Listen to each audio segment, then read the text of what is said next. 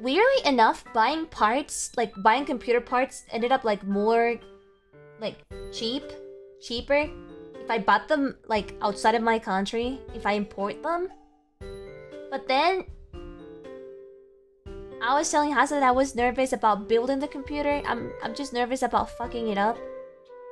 So that's why I told Hasan to just like tell me an already like pre-assembled, pre-made like computer. So I would just like buy it and I just have to connect it. And then the only pre-made option that we had was from like a nearby store, because importing like the whole already like pre-assembled computer from like another country would be like a pain in the ass. Yeah, it's way more customizable. I'm just scared of building a computer. I'm scared of fucking the motherboard up. I learned with the YouTube tutorial. I'm just really scared about the motherboard part.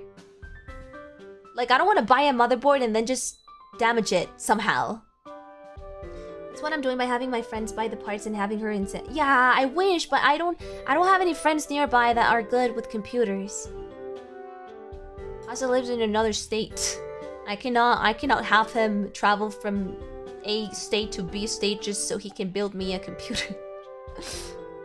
No one really damages a motherboard. Well, what about the glue though? You're not supposed to touch something with like your fingers, because then you damage it. Something like that. Yeah, the paste. There was something that you were not supposed to touch with your fingers, something like that. And I was like, oh no. You can also buy components and then hire someone to assemble it. I would have to look into that. Yeah, I guess I would have to look into. I could just bring all my computer parts and then just go to like a computer store and be like, with like my big black trash can bag with the parts, help. I just toss the bag on the table. Help. I need someone that knows what they're doing.